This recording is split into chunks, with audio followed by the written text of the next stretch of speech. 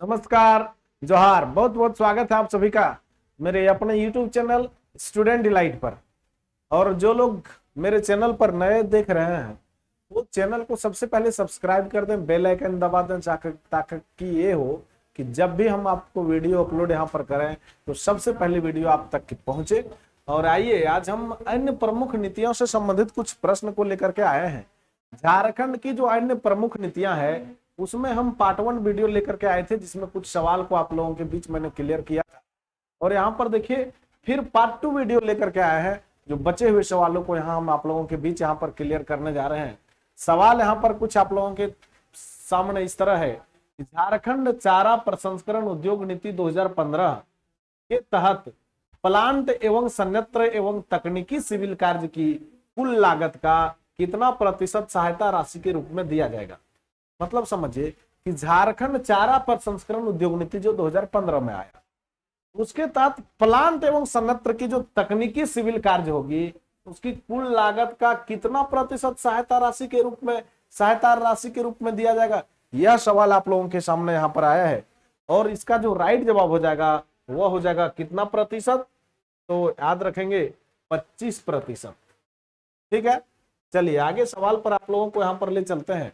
सवाल है झारखंड चारा प्रसंस्करण उद्योग नीति 2015 के तहत एकीकृत जनजाति विकास परियोजना, इस नीति के तहत एकीकृत जनजाति विकास परियोजना क्षेत्र में कुल लागत का अधिकतम कितना प्रतिशत सहायता राशि के रूप में दिया जा सकता है। तो याद रखेंगे अधिकतम 45% सहायता राशि के रूप में दिया जा सकता है।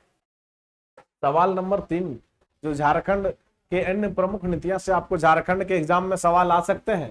झारखंड राज्य सौर ऊर्जा नीति की घोषणा किस वर्ष की गई थी। तो याद रखेंगे झारखंड राज्य सौर ऊर्जा नीति की घोषणा वर्ष 2015 में की गई थी, जब यहाँ पर हमारे यहाँ झारखंड में सरकार था किनका, रघुवर दास जी का। रघुवर दास का सरकार था, भारतीय जनता पार्टी का सरकार। अगले सवाल पर हम आपको ले चलते हैं। सवाल है झारखंड राज्य सौर ऊर्जा नीति 2015 के तहत राज्य में किस वर्ष तक निजी क्षेत्र की सहायता से 2650 मेगावाट सौर ऊर्जा उत्पादन का लक्ष्य रखा गया है। तो किस वर्ष तक रखा गया है, तो याद रखेंगे वर्ष 2020 तक रखा गया था, जो पूर्ण भी हो गया। चलिए आगे हम आपको सवाल पर ले चलते हैं। यहाँ पर चलिए अगले सवाल पर आपको हम ले जाने का प्रयास कर रहे हैं। सवाल नंबर 5, झारखंड राज्य सौर ऊर्जा नीति 2015 के तहत राज्य में सोलर पार्क की स्थापना हेतु इनमें से किसके द्वारा आधारभूत संरचना का विकास किया जाएगा। आधारभूत संरचना का जो विकास होगा वो JSERC के द्वारा किया जाएगा। ठीक है, चलिए सवाल है झारखंड राज्य सौर ऊर्जा नीति 15 के तहत राज्य में सौर ऊर्जा को प्रोत्साहित करने हेतु नोडल एजेंसी, ठीक है, उसके द्वारा विकास किया जाएगा। और उसके लिए प्रोत्साहित जो यहाँ पर नोडल एजेंसी है वो नोडल एजेंसी आपका जरेडा है। ठीक है, चलिए अगले सवाल पर आपको ले चलते हैं। सवाल नंबर 7 है झारखंड राज्य सौर ऊर्जा नीति 15 के तहत राज्य के कितने सरकारी भवनों का चयन रूफटॉप सोलर, सरकारी भवनों का चयन रूफटॉप सोलर लगाने हेतु किया गया है। चलिए याद रखेंगे 53 सरकारी भवनों का चयन रूफटॉप सोलर लगाने हेतु चयन किया गया है। सवाल आपको आएंगे झारखंड राज्य सौर ऊर्जा नीति 2015 के तहत सौर ऊर्जा के क्षेत्र में स्थापित की जाने वाली परियोजना पर कितने वर्ष तक विद्युत छूट प्रदान की जाएगी। विद्युत छूट, तो यह जो है 10 वर्षों तक विद्युत में छूट प्रदान की जाएगी, विद्युत के शुल्क में। चलिए अगला सवाल है झारखंड राज्य में किस वर्ष मद्य निषेध समझ रहे हैं ना, मद्य निषेध नीति की घोषणा की गई। तो झारखंड में मद्य निषेध नीति की घोषणा जो हुई वो वर्ष 2016 में हुआ। चलिए सवाल नंबर 10 है झारखंड मद्य निषेध नीति 2016 के तहत कितने वर्ष से कम उम्र के व्यक्तियों को शराब बेचना प्रतिबंधित कर दिया गया है। 2016 में जो मद्य निषेध नीति आया उसमें कितने वर्ष से कम उम्र के व्यक्ति को शराब बेचना प्रतिबंधित कर दिया, बैन कर दिया। तो इसका जवाब हो जाएगा 21 वर्ष से कम उम्र के व्यक्ति को बैन कर दिया गया है। उससे अधिक के हैं तो ही आप बेच सकते हैं। चलिए सवाल आगे हम आपको ले चलते हैं। सवाल है, झारखंड मद्य निषेध नीति 2016 के तहत राज्य से अधिक अनुसूचित जनजाति में की जनसंख्या वाले अनुसूचित ग्राम पंचायतों में शराब की दुकान खोलना प्रतिबंधित है, कहता है। तो इसका परसेंटेज कितना हो जाएगा? तो इसका परसेंटेज हो जाएगा 50%। ठीक है। सवाल है, झारखंड वस्त्र परिधान और फुटवियर नीति की घोषणा किस वर्ष की गई? वस्त्र परिधान और फुटवियर, ठीक है। और यह नीति की घोषणा किया गया वर्ष 2016 में। चलिए अगले सवाल पर आपको ले चलते हैं। झारखंड वस्त्र परिधान और फुटवियर नीति 2016 के तहत राज्य में किस क्षेत्र को विशेष क्षेत्र के रूप में चिन्हित किया गया है? इस नीति के तहत किस क्षेत्र को विशेष नीति के रूप में? तो याद रखेंगे टेक्सटाइल को, टेक्सटाइल कपड़ा व्यवसाय। देश के कुल रेशम का लगभग कितना प्रतिशत झारखंड राज्य में उत्पादन किया जाता है? देश के जो कुल रेशम देश में उत्पादन होता है उसका कितना प्रतिशत रेशम हमारे झारखंड राज्य में उत्पादन होता है? तो याद रखेंगे हमारे देश के कुल संसाधन में हमारे राज्य का संसाधन भी 40% और रेशम का भी जो परसेंटेज है वह 40%। देश के कुल संसाधन में 40% झारखंड से है ना, 40% कहां से? झारखंड से। चलिए याद रखेंगे।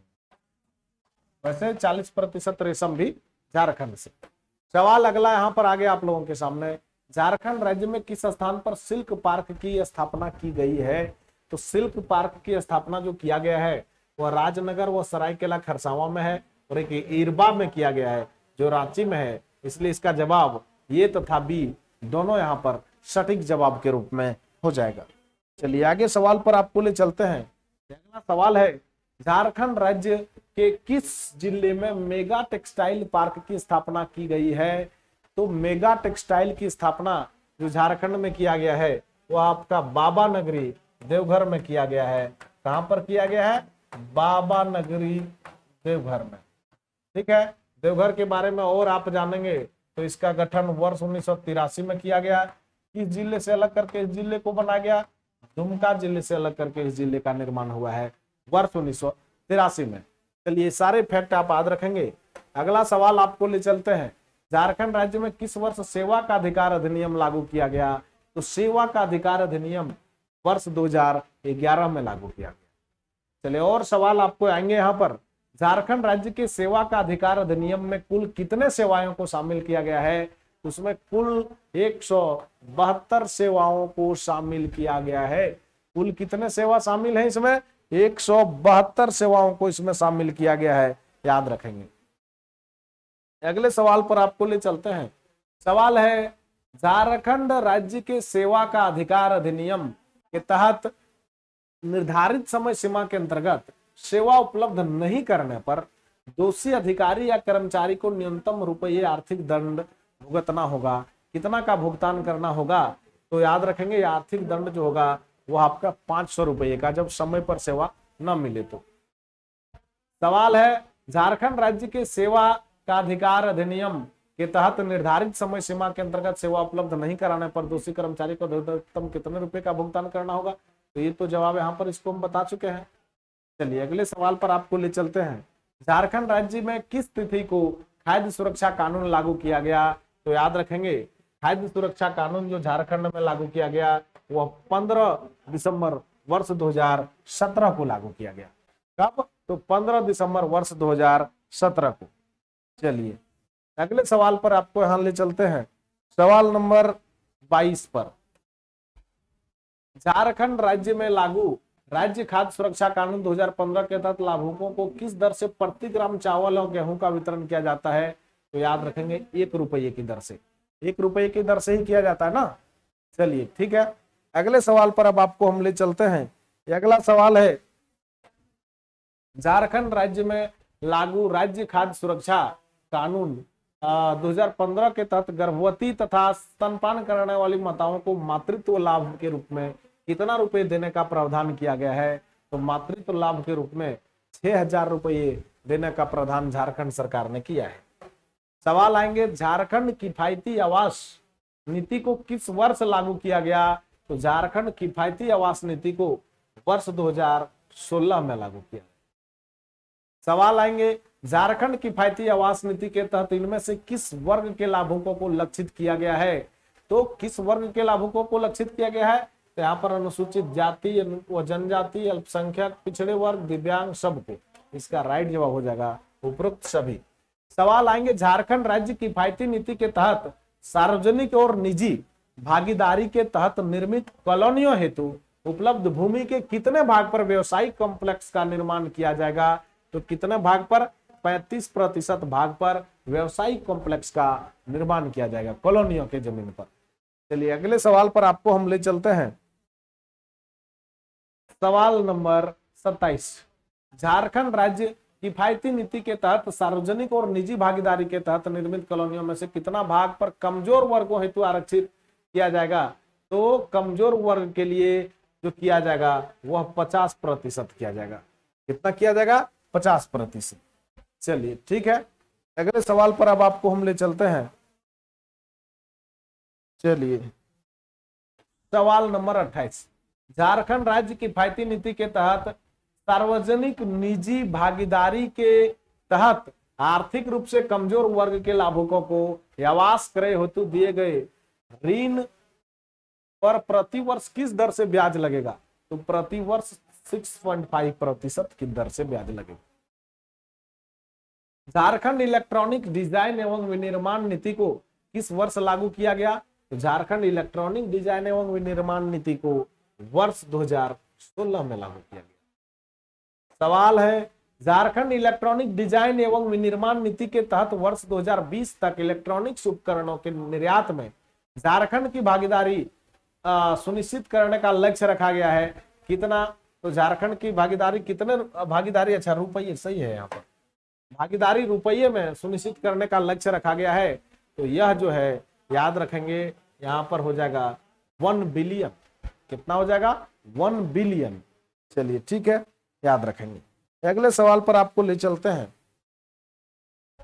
झारखंड इलेक्ट्रॉनिक्स डिजाइन एवं विनिर्माण नीति के तहत राज्य के किन स्थानों पर ESDM नवाचार हब का निर्माण करने की योजना की गई है? तो याद रखेंगे, यह जो किया गया है झारखंड इलेक्ट्रॉनिक्स डिजाइन विनिर्माण नीति के तहत किन स्थानों पर ESDM नवाचार हब, इसका निर्माण रांची में भी करने का लक्ष्य है, धनबाद में भी और जमशेदपुर में। इस तरह से इसका जो राइट जवाब हो जाएगा तभी हो जाएगा।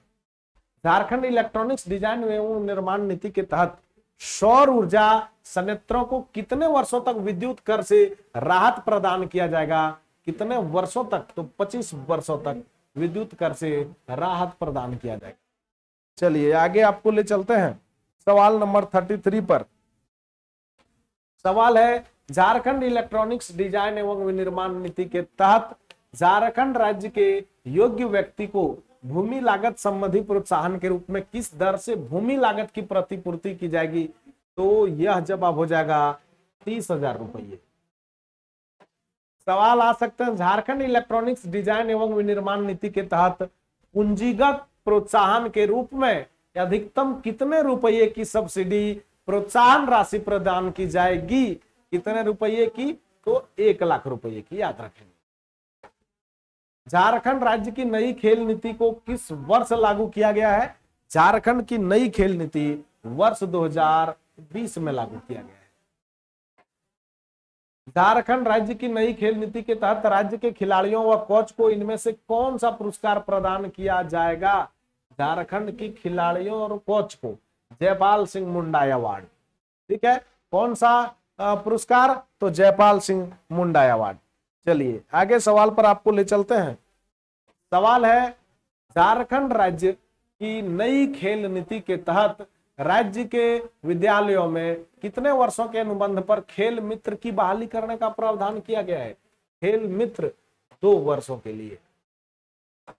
चलिए यहां पर सवाल नंबर 38 है, झारखंड राज्य की नई खेल नीति के तहत इनमें से किस स्थान पर खेल विश्वविद्यालय शुरू किया जाएगा?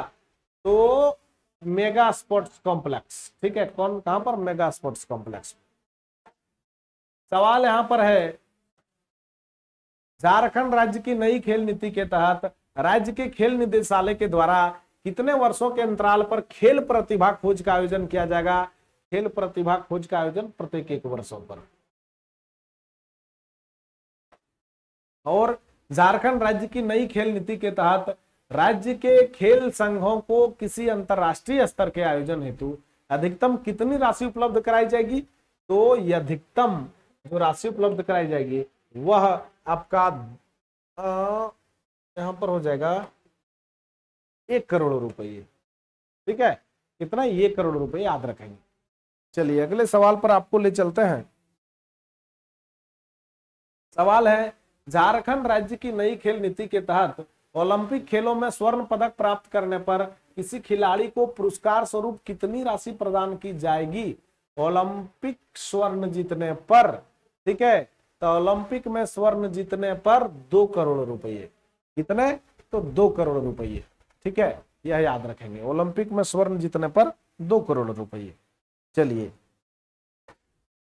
झारखंड राज्य की नई खेल नीति के तहत ओलंपिक खेलों में रजत प्राप्त करने पर किसी खिलाड़ी को पुरस्कार के रूप में कितनी? तो रजत जीतने पर 1 करोड़ रुपये। ठीक है, चलिए, और झारखंड राज्य की नई खेल नीति के तहत ओलंपिक खेलों में कांस्य पदक प्राप्त करने पर कितना पुरस्कार? तो कांस्य पदक जो जीतेगा उसको 75 लाख।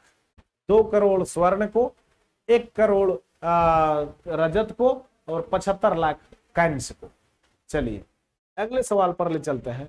झारखंड राज्य की नई खेल नीति के तहत विश्व कप या विश्व चैंपियनशिप में स्वर्ण पदक प्राप्त करने पर किसी खिलाड़ी को पुरस्कार स्वरूप कितनी राशि प्रदान की जाएगी? झारखंड की नई खेल नीति के तहत 20 लाख रुपये जो वर्ल्ड कप या विश्व चैंपियनशिप में स्वर्ण पदक जीतेंगे। और झारखंड राज्य की नई खेल नीति के तहत विश्व कप या विश्व चैंपियनशिप में रजत जो प्राप्त करेगा उस खिलाड़ी को, तो रजत प्राप्त करने वाले को 15 लाख रुपये।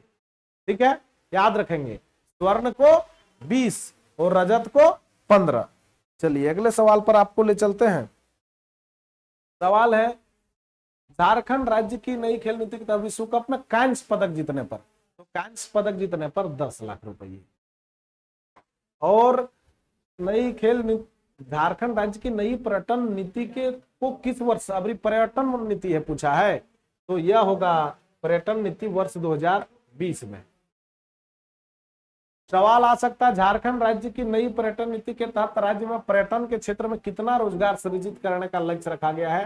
पर्यटन के क्षेत्र में कम से कम जो रोजगार सृजन का लक्ष्य है वो 75,000 पर्यटन के क्षेत्र में रोजगार सृजन करने का लक्ष्य रखा गया है। चलिए अगले सवाल पर आपको ले चलते हैं। सवाल है, झारखंड राज्य की नई पर्यटन नीति के तहत किसी निवेशक द्वारा निवेशित पूंजी पर अधिकतम कितने रुपए तक सब्सिडी प्रदान की जाएगी? तो अधिकतम जो सब्सिडी प्रदान की जाएगी वह 10 करोड़ रुपए तक। सवाल आएंगे, झारखंड राज्य CSR प्राधिकरण के मुख्य कार्यकारी अधिकारी कौन होते हैं? तो मुख्य कार्यकारी अधिकारी जो होते हैं वह उद्योग सचिव होते हैं। इस प्रकार से झारखंड की प्रमुख नीतियों से जो जुड़े सवाल आपको आ सकते हैं वो सारे सवालों का मैंने यहाँ पर वो कलेक्शन लेकर के, संग्रहण लेकर के आया और आपको बताने का काम किया। आप एक लाइक करें, कमेंट करें, सब्सक्राइब करें, शेयर करें। बहुत बहुत धन्यवाद, आभार।